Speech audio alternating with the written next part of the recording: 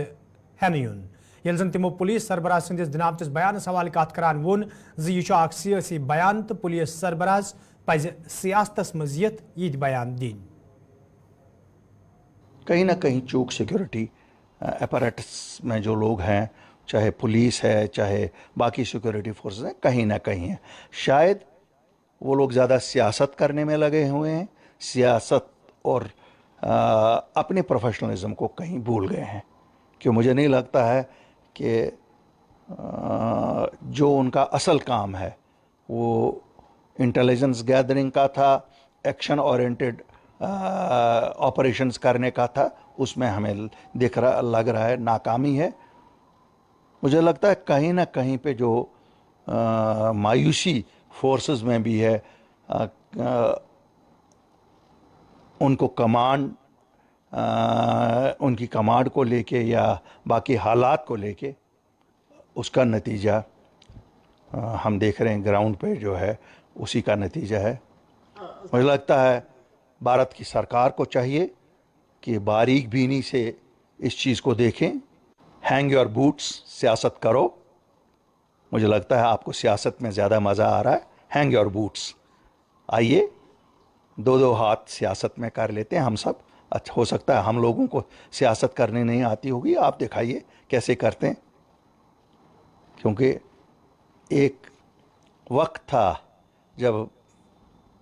ایک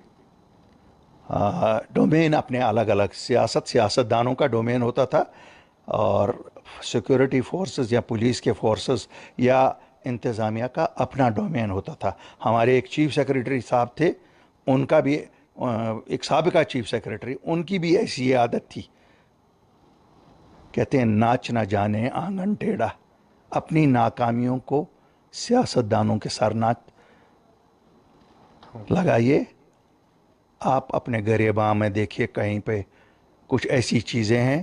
جو غلط ہو رہی ہیں, جن کی وجہ سے آپ آپریشنز پہ کنسنٹریٹ نہیں کر پاتے. C P I M leader Muhammad Yousuf Tarigami Doda واقعس حوالہ افسوس اظہار کران ونمت ایل جی انتظامیہ پز موجود صورتحال حوالہ کل جماعتی اجلاس طلب کرن یت زن حالاتن حوالہ کتھن دل دت کان وات ژھانڈنے یی. یل زن تمو پولیس سربراہ سندس بیانس حوالہ کت کران وون تمن پز سیاسی بیان بازی نش گریز کرن.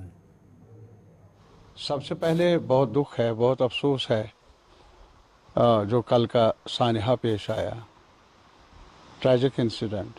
جس میں 5 جوان اپنی زندگی قربان کر بیٹھے. اور اس سے پہلے بھی کٹھوا کا